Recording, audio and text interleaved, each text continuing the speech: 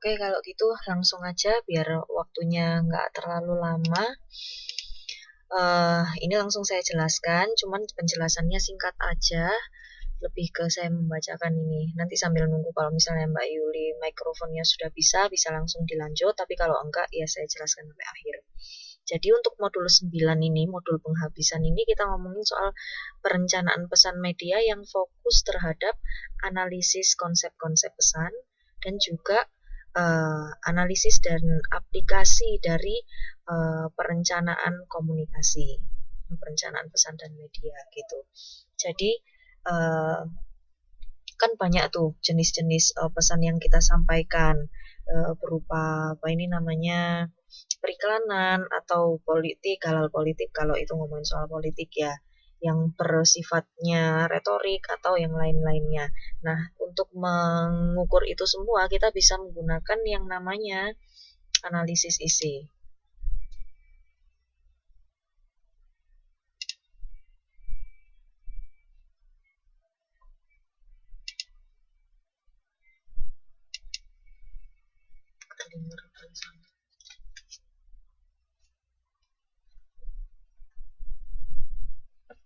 Oke, saya tadi udah nyinggung tentang analisis isi. Apa sih analisis itu?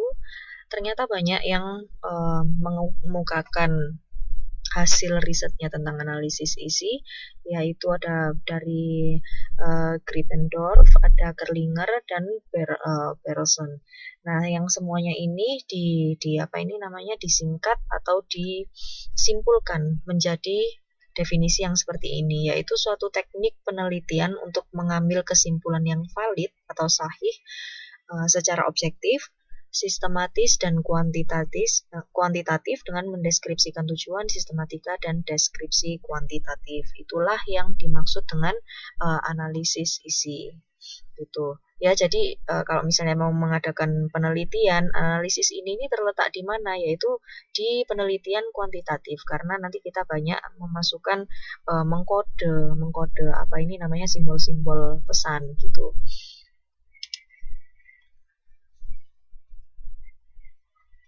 Nah, kemudian prosedur pemrosesan data ilmiah. Jadi kalau nanti kita mau melakukan penelitian ini, kita harus mengikuti beberapa prosedur yang sudah dituliskan oleh Mbak Yuli dan Mbak Siti. Yang pertama adalah menentukan hipotesisnya. Jadi kita mau ngomongin apa dalam penelitian kita ini. Misalnya ada hubungan antara apa ini tulisan ini dengan apa gitu. Pokoknya kita ngomongin soal variabel-variabel yang ada di pesan, sebuah pesan, entah itu di media massa, entah itu di koran, entah itu di film atau di sebuah iklan gitu. Kemudian setelah itu kita memilih sampel bertujuan untuk mengenali isi hipotesis.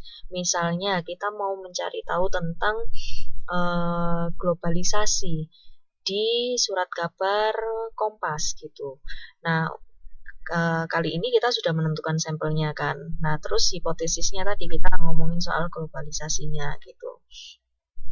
Nah, terus habis itu menentukan kategori, direncanakan dengan hati-hati mewakili konsep hipotesis isi. Kali ini lebih mengerucut lagi ya, kita sudah ngomongin soal kategorinya gitu.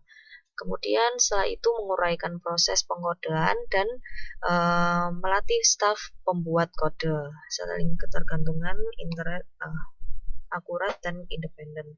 Iya, jadi di sini nih nanti kita mengenal yang namanya kode, yang nanti mungkin kalau Mbak Mas mengikuti mata kuliah metode penelitian ini bakal dijelaskan lebih rinci lagi, tapi di sini saya cuma menyinggung sedikit aja ya.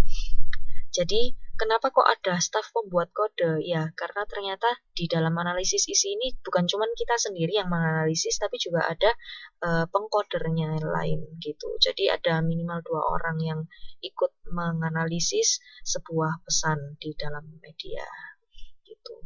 Kemudian setelah menguraikan proses, kita mengimplementasikan proses pengkodean, yaitu bisa langsung atau terbuka, dan peneliti melakukan spot check. Kemudian menentukan reliabilitas dan validitas. Ini agak ribet ya, agak rumit ya. Bisa dilihat di halaman 9.5 bahwa di situ ada bahwa di situ ada apa ini namanya rumus. Ini ada ininya nggak?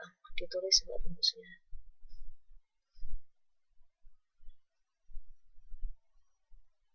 Nah ya, di sini ada rumusnya ya, bahwa di sini P ini formula P ini ya reliabilitas dan validitas itu tadi. Kemudian yang PO itu adalah prosentase dari kesepakatan yang teramati. Kemudian PE adalah kesepakatan prosentase dari kesepakatan perkiraan atau peluang. Nah, ini rumusnya gimana? Misalnya ini kita mau mencari P, nilai P, sebuah pengkodean A gitu ya. Terus dari hasil pengkodean itu udah diklasifikasi bahwa 60% itu hasil dari pengkodean tadi itu beritanya netral. Kemudian 15%-nya adalah beritanya baik gitu. Kemudian 25%-nya buruk.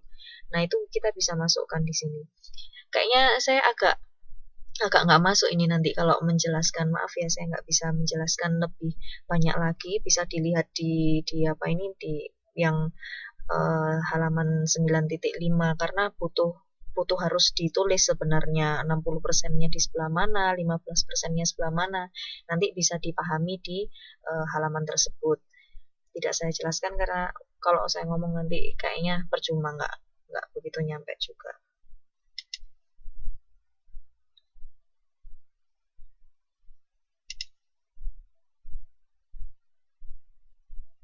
Nah, ini ada pertanyaan nggak? Kok ada pertanyaan nanti silakan dialamatkan ke Mbak Yuli atau Mbak Siti. Nggak sih, ke saya juga bisa kok. Oke, sambil masih ini ya menunggu proses mic-nya Mbak Yuli, langsung saya lanjutkan. Oke, sekarang kita ngomongin soal metode dan teknik analisis pesan. Jadi, kita harus sadar dua hal ini, bahwa pesan ini bisa bermakna ganda dan makna itu nggak harus tersebar. Maksudnya bermakna ganda ini seperti apa? Satu kata itu tuh bisa memiliki berbagai arti. Misalnya saya ngomongin nggak cuma satu kata, satu frase aja juga bisa mengandung banyak arti. Misalnya bermulut manis gitu ya. Bermulut manis itu bisa berarti satu, mulutnya memang manis karena habis makan yang manis-manis ya, cencunaica, gula atau apa gitu. Kemudian dua, bisa berarti dia ngomongnya itu bagus terus gitu.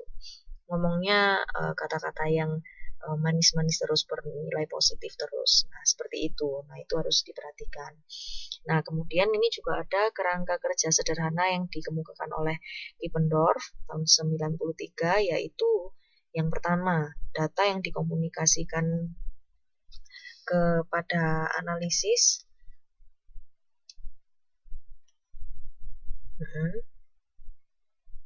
Ya.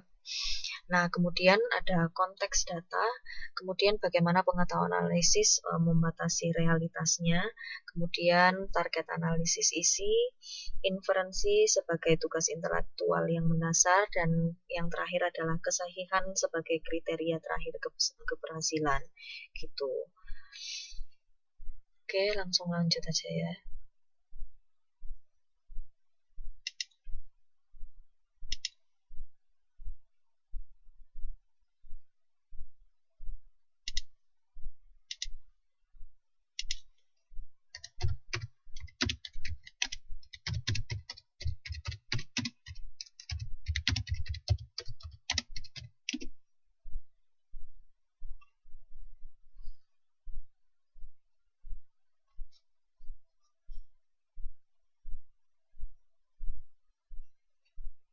Oke, bentar ya, masih nunggu ini proses. Coba deh.